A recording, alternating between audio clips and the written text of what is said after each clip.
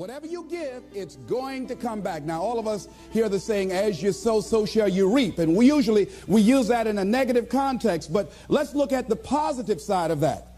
That if you sow some good stuff out here, if you make it your business how you give your life, to give the best that you have, to give love, to give encouragement, to give help, to give support, if that's what your life is about, whatever you put out here, ladies and gentlemen, I guarantee you, it's going to come back.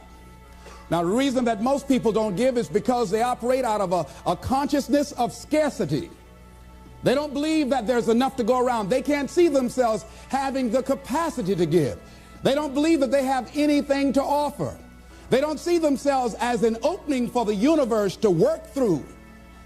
So if you begin to look at this new era that we're in, begin to see yourself as an opening for the universe to move through, to work through, to make a difference in life. See yourself being used by life to improve the quality of life, to expand and to grow. Most people have a very limited view of themselves and a very limited view of the universe, do not see their relationship to the universe, and cannot see how energy and things can flow through them. I love Gibran and the prophet. Then said a rich man, speak to us of giving, and he answered, you give but little when you give of your possessions, but it's when you give of yourself that you truly give. Gibran goes on to say, there are those who give little of the much which they have, and they give it for recognition, and their hidden desire makes their gifts unwholesome. And we know people who give only to be recognized. I love that old saying, judge a man not by what he does, but by that he doesn't have to do. And to judge the true quality of a man is what do you do when nobody's looking. Gibran goes on to say something else important.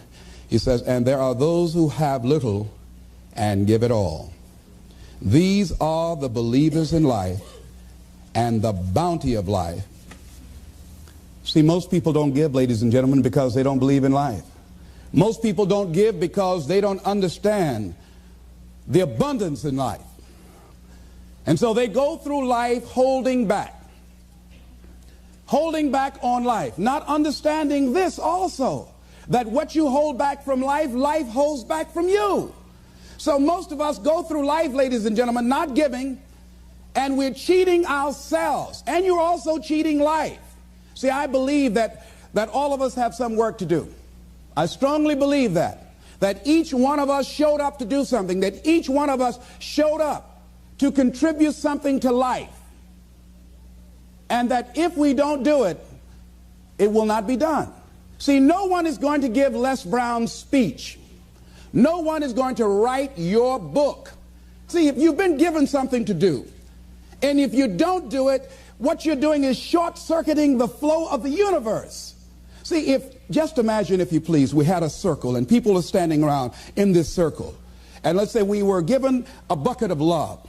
And then I pass it to the person to the right, and they pass it to somebody else, and they pass it to somebody else, and they pass it to somebody else, and they pass it to somebody else, and it comes back to me. One of the great things about giving is that as you give, you're going to receive. What we want to do is keep the flow going, keep the flow going. If anybody gets the bucket of love and stops and holds it there, all of us suffer.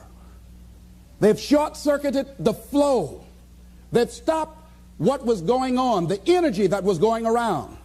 See, you are part of an equation, and you are needed. Part of why we should begin to look at how we give up our lives, that we've got to begin to see, what is it that I'm supposed to do? What is my life work? And then give ourselves to that.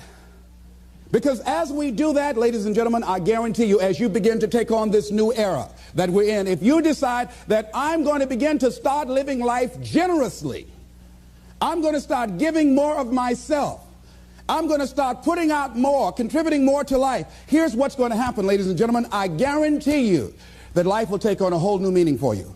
I guarantee you that as you begin to give more of yourself in your work, give more of yourself in your marriage, give more of yourself in your relationships with your families and friends, give more of yourself to your talent, to your vocation, to your job or your business, as you begin to set high standards for giving that which you have been given to share in the universe, I guarantee you that life takes on a whole new dimension, that you'll be happier, You have a greater sense of happiness and fulfillment in life. Now, that doesn't mean you're not going to have some challenges.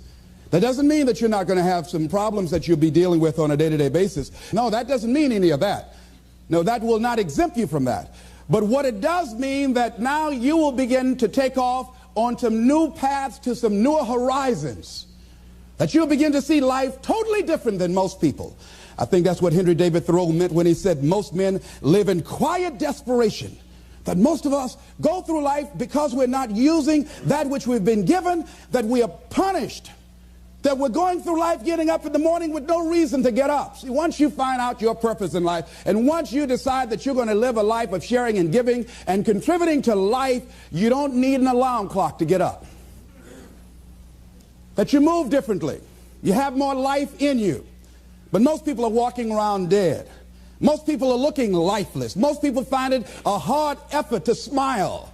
Most people are abusing themselves with alcohol and drugs and evading their own greatness and holding back on themselves. For years, I was cheating myself. For years, I could have been doing exactly what I'm doing right now. But I was afraid. I didn't feel I was worthy, and I didn't want to recognize that which I had been given. I had a limited view of me, and I was literally running away from me.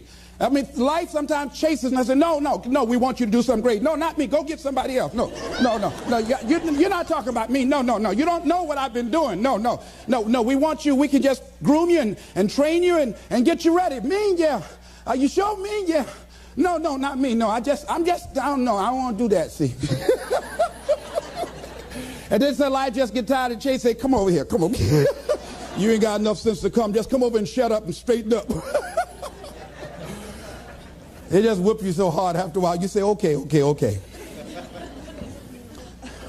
Ladies and gentlemen, one of the reasons that we should begin to give more is because we owe a debt. Reading a book, John Powell. Well, I'm afraid to tell you who I am because you might not like me, and that's all I've got. Line in there I love to quote, we are made by those who love us and by those who refuse to love us. As I talk to you right now, you're looking at a lot of people up here, ladies and gentlemen. It's not just Les Brown standing here. A lot of people have contributed to make me who I am right now. None of us are here because of our own doing. All of us have had life to contribute to us. Many times complete strangers. So we all have cookie people in our life. What do you mean by cookie people? Cookie people and chicken soup people, as I call them when I do my workshops. Cookie people are people like Miss Lillian. When my mother used to whip me as a kid, and I was a bad twin, always getting in trouble, Miss Lillian would hear me screaming, and after Mama would get through, Miss Lillian would come over to the house and give me some cookies and milk. And my mama said, what you doing back there, Lillian? I'm just giving him some cookies, Mamie. And she said, here you are, Leslie. Even though you're a bad little boy, I brought you some cookies. So cookie people are people who, even when you are bad, even when you are not being who you really are, they look beyond your faults and see your needs. Even if you're a moody person and curse them out and dog them out sometimes, these cookie people love you unconditionally. How many of you have ever had cookie people in your life? All right. So we all have had cookie people that the universe has put in our lives to contribute to us. The other people are the chicken soup people. Chicken soup people are people that you can call at 2 o'clock in the morning and say, I got a flat tire, will you come help me? Or my battery is not running, would you come give me a jump? Or I need some help, would you come get me out of jail? If you don't have some chicken soup people in your life, you better get some. But these are people that you can always call on to help you out. So I'm encouraging you to give a letter of appreciation to some of the cookie people in your life. Some of them might have already made their transition. Write some letters to some people who were a leg up for you, some people who contributed to you being who you are. And just say, I was just thinking over the years, I know you know I love you and appreciate everything you've been to me, but I just wanted to drop you this letter. How do you think they'll feel if they get that? Just out of nowhere, just want to thank you for how you have enriched my life. You might not have thought much of it, but because of the help and assistance you gave me on that particular day, that was a turning point in my life. Why should we give? Well, giving creates a vacuum. And as we know, nature abhors a vacuum. See, when you give, You create a vacuum, you are now in a position to receive. See, if I have my arms closed holding on to everything I've got, nothing is available to come in. But if I'm open, if I created a vacuum there by giving and keeping the flow going, the stuff in the universe is going to come back to me, ladies and gentlemen. It's going to come back. Whatever you give. Whenever I go into a room and give a speech to inspire people, to help them to develop their greatness, if you get 10% of what I get, because as Bach says, we teach that which we need most. I'm not wearing any crown.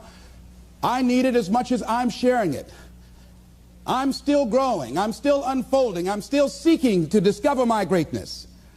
And if you get 10% of what I get when I walk out of here, see, there will be a different man walking out of here than who came in here.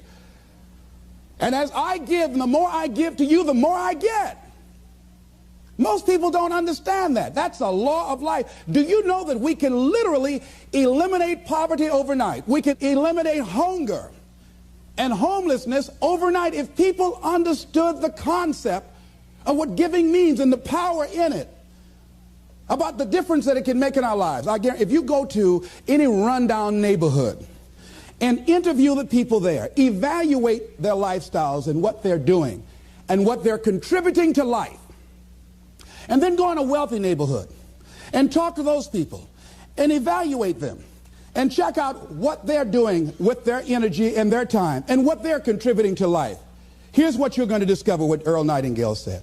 He said, our success in life is directly related to the quantity and the quality of the service that we give. I guarantee you that you will find that people who have more, people that are living the abundant life, are the contributors to life, ladies and gentlemen. They are the people that are giving more. And the people who are operating out of scarcity and poverty consciousness, these are the people that are down and out. These are the people that are complaining. These are the people that are blaming the world and everybody for where they are. But if they took that same energy and begin to invest and give something back to life. I was in New Jersey, and I had to give a political presentation to a group there that were trying to organize a community to begin to revitalize that particular community. And the guy was telling me very proudly as we were walking through a housing project, he said, the city is about to give $55 million to renovate these housing projects. I said, what a waste. He said, why would you say that? I said, let me ask you something. And the person that was standing next to him, I said, do you live in this building here? He said, yes. I said, how many families live here? He said, 6 families. I said, we walked in the door and we can smell the stench of urine. Does it take a genius to go down to the store and perhaps sacrifice buying 3 packs of cigarettes and buy some Tide soap and water and come back here and wash this stench out of here? Does it take a genius to get a can of paint and paint over the graffiti and repair the mailbox? Does it take a genius for that? I say to you, you pour the money in these housing projects and you don't change the people that are living in the projects, before you are completed, they'll be right back to where they were before.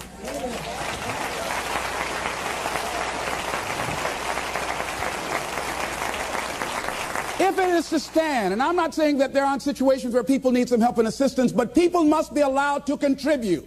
I say they should pay for the paint. I say they should pay for the mailboxes to be repaired and the windows to be broken. And I guarantee you, if the children go outside throwing a ball, they say, don't you hit that window, you fool. You know how much I paid for that window? Makes a difference. People need to be given the opportunity to contribute and invest in life. And then life is appreciated.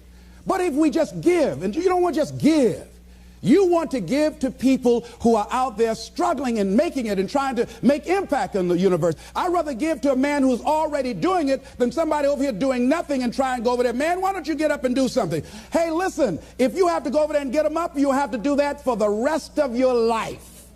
So do it with those who are doing it.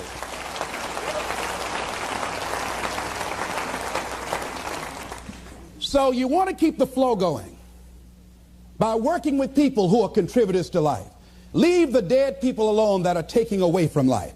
There's a scripture, when I heard it, I couldn't understand it. I say, how cold? He that hath shall get, and he that hath not, even that he has shall be taken away. I said, now that's not fair. Ladies and gentlemen, that is fair. He that hath what becomes the key? He that hath a generous view of life. He that has courage. He that hath initiative. He that hath resourcefulness shall get. But if you're like the guy that I was in a hotel and asked him, I said, look here, I said, he was a bellman. I said, I need to get my shoes shined. Oh, I don't shine shoes. Oh, how long have you been working here? Oh, about 3 months. What were you doing before then? Oh, I just got out of the joint. Yeah? You don't shine shoes. That's beneath you, but it was okay to steal. That's not beneath you, huh? See, another guy, was ex-offender, I was telling him I had a job for him. What kind is it? What do you care?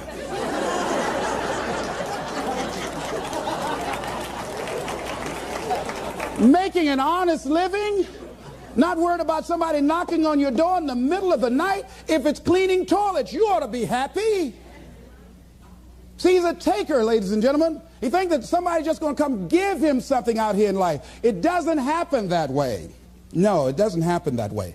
Here's something else you're going to discover in giving. Something that's very important. Give thanks. Giving thanks creates power. Give thanks for your house. Give thanks for your apartment, for your car, for your family, for your health, for your relationships, for what you have. When we focus on something, it expands. When you're giving thanks, when you're showing a spirit of gratitude for what I got, not that you're satisfied with it, but you're grateful for what you got. Whatever you focus on, that's what you're going to continue to multiply and expand in your life. But if you focus on what you don't have, if all you can do is point out the negative things in your life, whatever you focus on, you're going to expand that. Some people, all they can do is complain. That's all they can do. They can't find anything to say good about life or about anybody else.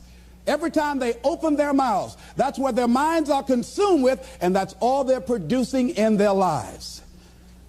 And these are people that you don't want to be around. Develop a spirit of gratitude. I'm thankful for life. I'm thankful to be an American.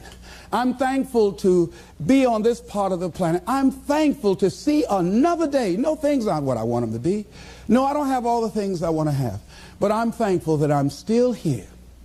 I have another opportunity, another day to live, another chance to contribute, another chance to make a difference in life. So begin to give thanks for what you have. Whatever you focus on. Remember now, you want to become aligned with the universe. If you have scarcity in your life, it's because you have a consciousness of scarcity. As you begin to become thankful for what you have, for the abundance that you now know is coming your way, that you're attracting to you, for the good relationship that is coming your way right now, it will begin to create incredible opportunities for you to begin to improve your life and the quality of life of people around you. Giving is also, ladies and gentlemen, forgiving. Give forgiveness. Many of us do not realize that we cannot grow, that we are blocking ourselves, we are blocking our good in the universe. We're literally standing in the way of the flow of what life has to us because we haven't learned how to forgive. We haven't learned how to let things go so we can get on with our lives. When we forgive, ladies and gentlemen, it's not for the other person. Oh, no. It's for you. It's not for them, not because they deserved it or they earned it. You're forgiving other people. First of all, you've got to forgive yourself. But when you forgive other people, it is mentally and spiritually healthy to forgive. To let that luggage go, as Paul said, forgetting those things which are behind, reaching forth unto those things which are before. Oh, we hear it, but it's hard to do. It's hard. What you have is enough. Whatever you have to give. And the more you give, the more you realize you have to give. And we all have to. There are people who made the supreme sacrifice for us to enjoy freedoms that we take for granted. Oh, none of us can feel that we have nothing to give back. Next thing is, giving empowers you. It makes you more powerful. See, the more you give to life, the more you're able to get from life. See, most of us go through life, ladies and gentlemen, feeling that we don't have enough to share, feeling that we will be depleted if we give of our resources because we don't see ourselves connected to the abundance of life. I feel very strongly that we can make an incredible difference in life. Phyllis Marx said, giving empowers you because taken to its ultimate, what you are really giving is love. Love is the motivating force behind the infinite supply of universal energy. Love truly makes the world go round. And as with anything circular, it's going, keep coming back. Phyllis is right. So as she continues to give love and hope to these people, she receives love and hope for herself and helping to begin to restructure and redesign the kind of life that she wants. We all have had experiences in our lives that if we permit these experiences to do so, we will allow them to weigh us down. If we permit them to do so, they will be luggage that will be dragging through life, holding us down, stifling our potential to give and to contribute in life. If we continue to carry all of these things, we can never be open to the love and the abundance and the opportunity that life has to offer us because we are so full with what we've got. I'm thinking about an exhibition that was held in Africa where they were trying to catch some monkeys that were a very rare species. And because they were so fast, so agile, and very fragile, they did not want to harm them. In catching them, they did not want to hurt them physically. So what they did in order to catch them, they found that these monkeys were very fond of a certain kind of nut that grew in that particular area of Africa. And what they did was that they put these nuts inside of bottles and put a rope on the bottle and held the rope from a distance. And so the monkeys would come and, being curious, see the nuts inside the bottle, would reach in and pick the nuts up. Now, what happened was that they couldn't pull their hands out with the nuts still in the bottle.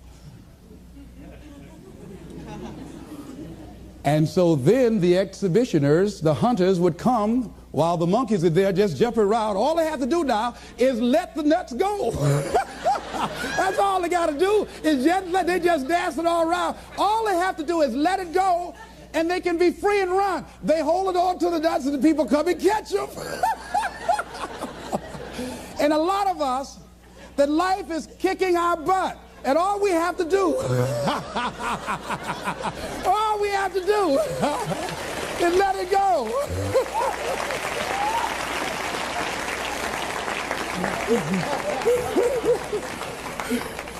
We just keep holding on like we crazy.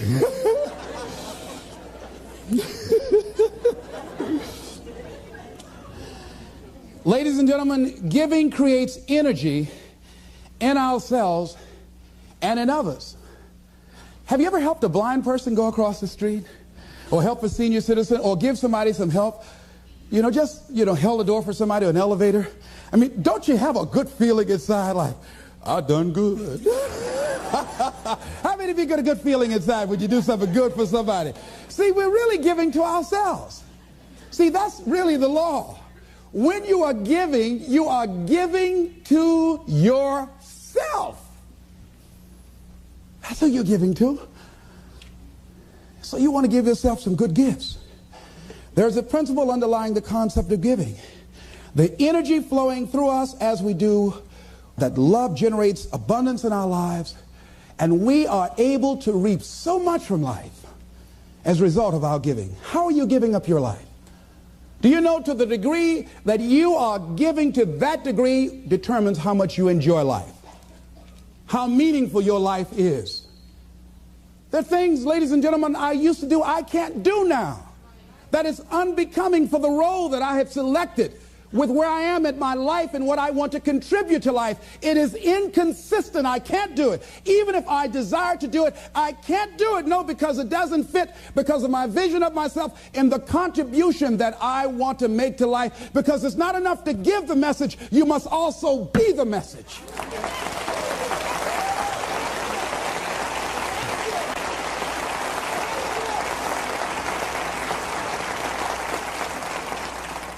Next thing is that we must give out of a sense of oughtness. Immanuel Kant, in the book called Critique of Pure Reasoning, he says sometimes we must give out of a sense of oughtness, that certain things that happen, that we just say something ought to be done about this. A policeman in Washington, D.C. was working one of his patrol areas, and he came up to a car in a park, and the car was running, and he saw a figure slumped over the steering wheel. He got there looking in with a flashlight, and he saw a 14-year-old boy with a bullet through the back of his head. And he said, oh no, he has a son himself. That could have been his son. And he said, something ought to be done. We're losing too many young people.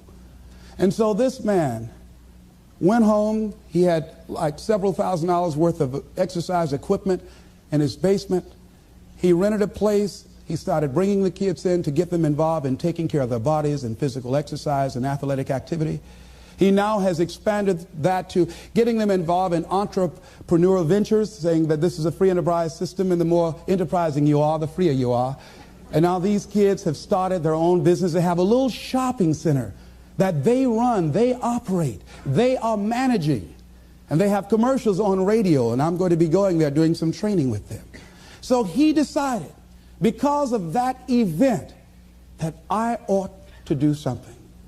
Now, some of the things that's going to happen when you look out and see what can I contribute to, what can I give, I guarantee you, ladies and gentlemen, you're going to have a voice that's saying, it's just no use.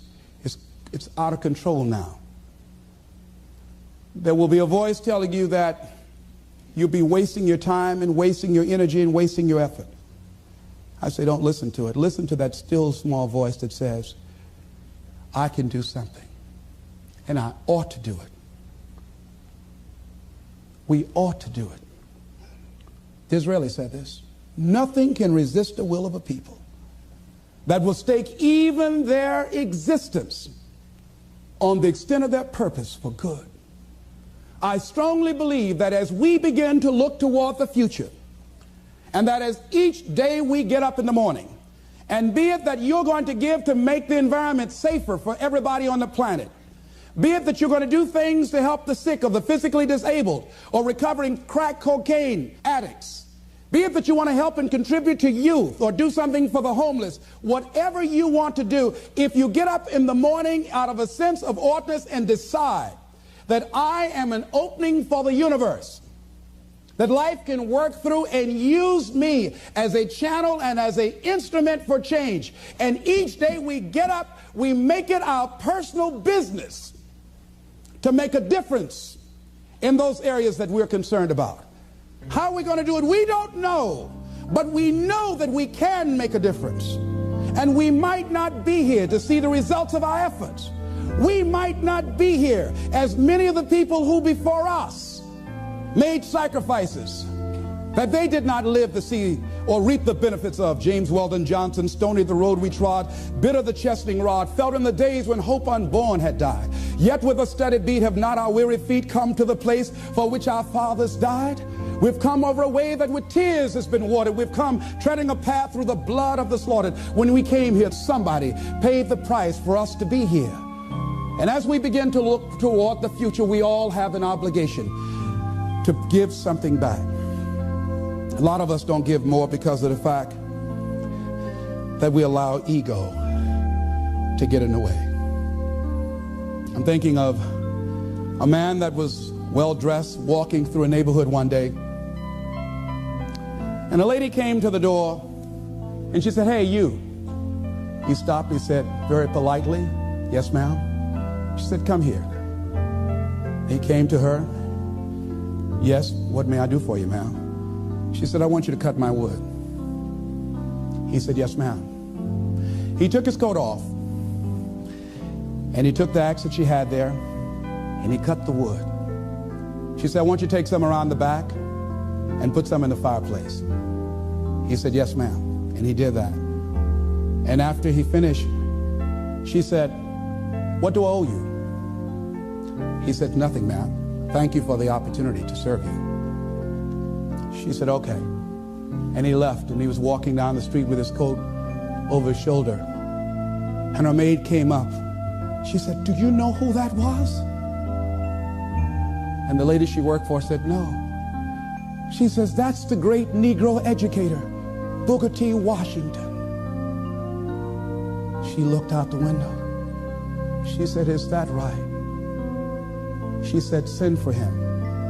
And that lady that Booker T. Washington went in and cut the wood for contributed several $1 million to his dream of building an institution of higher learning, Tuskegee Institute, that is standing today.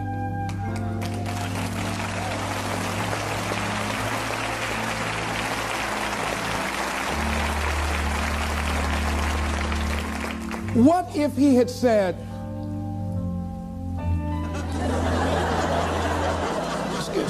you said do what?